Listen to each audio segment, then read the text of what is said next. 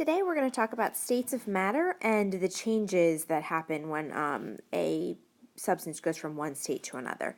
And some of this is review from chapter 3 in your book, which we didn't cover, but I'm going back to just touch on some topics that you've probably covered in previous classes. And then some of it is new, which is from section 10.5 in your text. All right, so just to start, and we're going to cover this in class as well, but for different states of matter, we want to know about their characteristics. So I'm going to go through these pretty quickly. You can feel free to pause if you need to be able to get it all down in the table in your notes. So solids have a very defined shape, and so for shape we say defined. So it doesn't matter what kind of container we put a solid into, it's going to always have the same shape. A liquid, on the other hand, has a very flexible shape, so if you put it in a test tube versus in a flask, it's going to take on a different shape depending on its container. A gas also is going to take on the shape of its container because the gas molecules are moving all around and will fill whatever container you give them. All right, a solid doesn't change volume based on its container, so it has a set volume.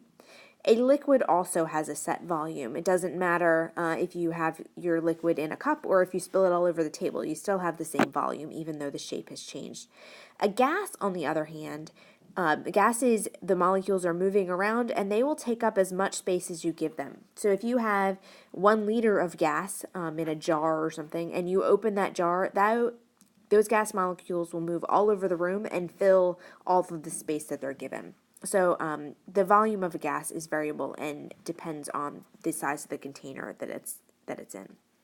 All right, now let's talk about the arrangement of the particles. For a solid, the particles are going to be arranged in a very orderly fashion. So something like this, they'll be all lined up in a row in a very orderly array and very close in space. Okay? Whereas a liquid, there is not nearly as much order with a liquid. They're still touching, but they don't have the same regular array that they do in a solid. And a gas, the arrangement of particles is going to be very far apart, okay? And there's going to be no pattern to the arrangement because they're always moving around. All right, so movement of particles. In a solid, there is always some movement unless you're at absolute zero for all matter. But in a solid, the movement is very, very little. In a liquid, the particles have the ability to move around a lot more, but they still have to stay close in space to each other. And so there's lots of vibrations that happen both in solids and liquids, but liquids also will rotate in space and move a little bit up and down and back and forth as long as they stay close to other particles. Gases move a lot. So gases have lots of energy and they are constantly moving. Okay, so attraction between particles. In a solid, since the particles are so close together and they're in that regular array, they have the strongest attraction, the strongest intermolecular forces in a solid. In a liquid, we have pretty strong intermolecular forces because it's holding those molecules together, but they're slightly weaker than in a solid. In a gas, we assume that there are no attractions at all. And so a gas molecule or gas molecules don't even notice that other gases are nearby, and so the attractions are non-existent. All right, so now just a couple of examples to give you an idea. Most metals are solids. Ice is a solid. Wood is a solid. When we get to liquids, liquid water would be an example of a liquid. Alcohol is a liquid. There's lots of different liquids that you come into contact in your daily life. And then gases are a little harder because we can't see them, but obviously we breathe in and out oxygen and carbon dioxide. Those are both examples of gases. There's a lot of nitrogen gas in our atmosphere. And then there are some gases that we can see. For example, chlorine gas has a greenish yellowish color. So there's a range in what you can get with gases. Okay, so now let's talk about how things will change or what has to happen if we want to change from one state to another. So the first one I'm going to talk about is going from a solid to a liquid or a liquid to a solid. All right, the change from a liquid to a solid is going to be freezing, and the change back from a solid to a liquid is going to be called melting. All right, and there's a certain amount of energy that's associated with this transition because solids have stronger intermolecular forces than liquids, and so we need to break some of those and give the particles a little bit more freedom to move around if we're going to go from the solid phase to the liquid phase. All right, and we, of course, have a number that goes with this. This is very similar to the problems we did a couple of chapters ago where we had the delta H. This is also a delta H, but it's the delta H of fusion. So fusion being if we take liquid water and turn it into a solid, we've essentially fused those molecules together, and there's a certain amount of energy that is released when you go from a liquid to a solid. Or conversely, if you go from a solid to a liquid, then there's a certain amount of energy that is required to melt it, okay?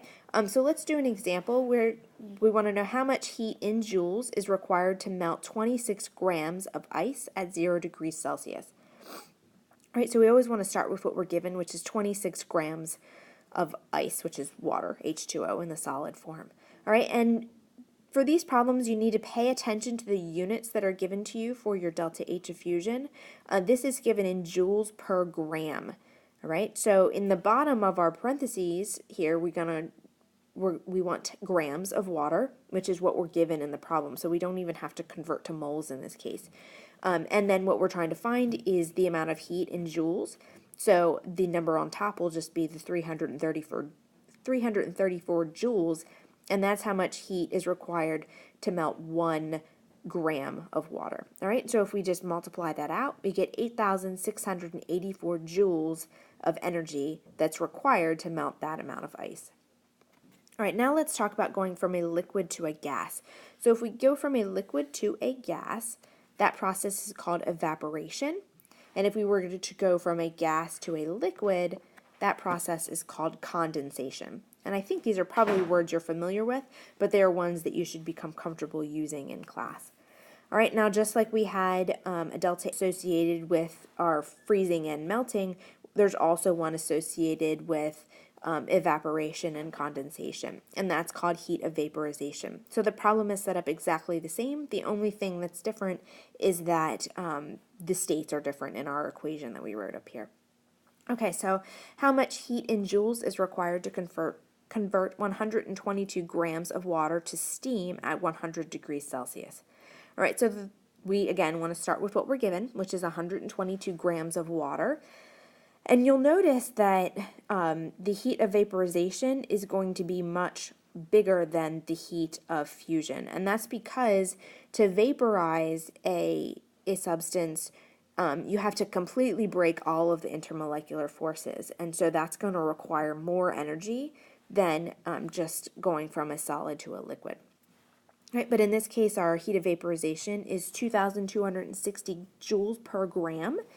Okay, so we're going to put that in our parentheses here. We want grams on the bottom to cancel and joules on the top because that's what we're trying to find.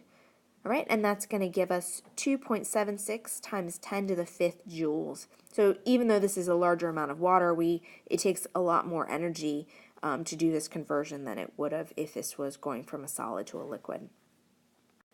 All right, and now the last ones I'm going to talk about are transitions between the solid and the gas phase. So if we want to go from a gas to a solid, that process is called deposition. Okay, the most common example of this probably that you might have encountered is if you open up your freezer at home. I bet there's some ice on the sides, and that comes from deposition. So ice or water that's frozen in some of the foods that are stored in your freezer or in your ice cube tray, it becomes a gas, and then that gas reforms on the sides of the freezer. Okay, and that's called deposition. All right, if we're going from a solid to a gas, that's a process I just talked about as well. That process is called sublimation. Okay, and most people, the most common example of this they've seen is dry ice. So dry ice is a solid, but if you leave it at room temperature, it goes straight from a solid to a gas and makes that white smoke that we see at Halloween. Now, we don't have any calculations to do for sublimation or deposition, but one thing we do need to talk about is, I didn't mention this, but heat of fusion is the amount of energy it takes when you're at the melting point, and heat of vaporization, again, is the amount of energy that it requires when you're at the boiling point.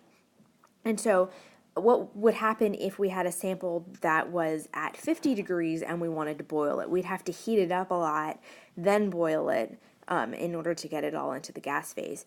And so the quantity that we use to teach us, or that tells us how to change the temperature of a particular substance, is called the specific heat. So the amount of heat that's released when we change the temperature of something is equal to Q, and Q is the mass in grams times the change in temperature, or delta T, and that has to be in degrees Celsius, times the specific heat. And that's a value that you would just have to look up in your book, or it would be given to you in the problem. And the specific heat, the higher that number it is, the more energy it takes to change the temperature, and the lower the number is, the less energy it takes. So something like aluminum, which heats up very quickly, would have a low specific heat, but water actually takes a lot of energy to change the temperature, and so that has a pretty high specific heat.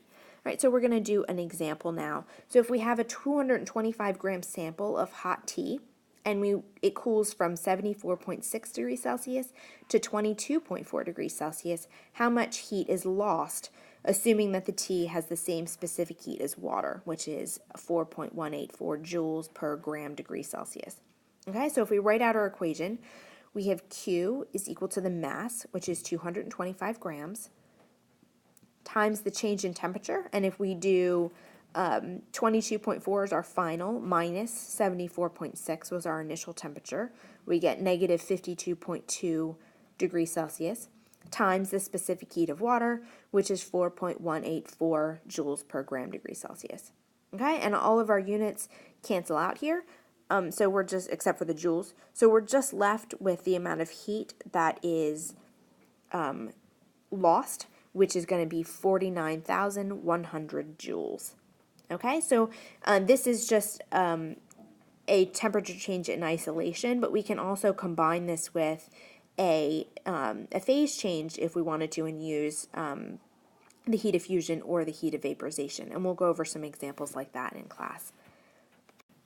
All right, and so another thing we're going to look at in class is how these changes look graphically. And so what you see here is that we're starting with ice that is pretty cold. So negative 40 degrees Celsius is well below the melting point of ice, which is 0. Okay, and so in order to warm that up to 0 degrees, we're going to have to put heat in. And we would get that by doing mc delta T, where C is our specific heat in this case.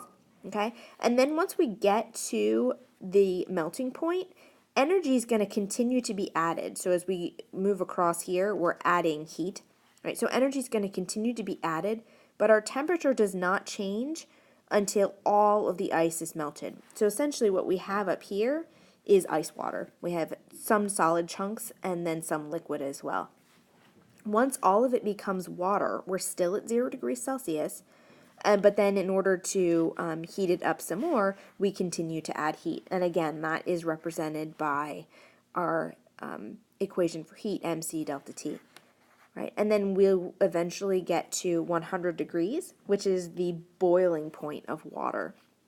Okay, and so as we continue to add heat, what's going to happen is bubbles are going to form. It's going to be like a pot of boiling water. Some of it is liquid, and some of it is escaping into the air as steam. Okay, and so that steam is shown up here, whereas the liquid is still down in this region. All right, and then once we get all of it into the gaseous form, we could continue to add heat and speed those gas molecules up and heat them up even more, and then we would again use mc delta T to represent that heat change. Okay, and the specific heat is going to be different for solid water, for liquid water, and for gaseous water. So the number that I gave you on the previous slide would just be the one for water in the liquid form. But again, your problem would give you those numbers if you needed to use them. Okay, so that sums up our discussion of how energy is transferred as we change phases. And we're going to relate this back to intermolecular forces, which is what we've been talking about, and how energy is required to break those forces.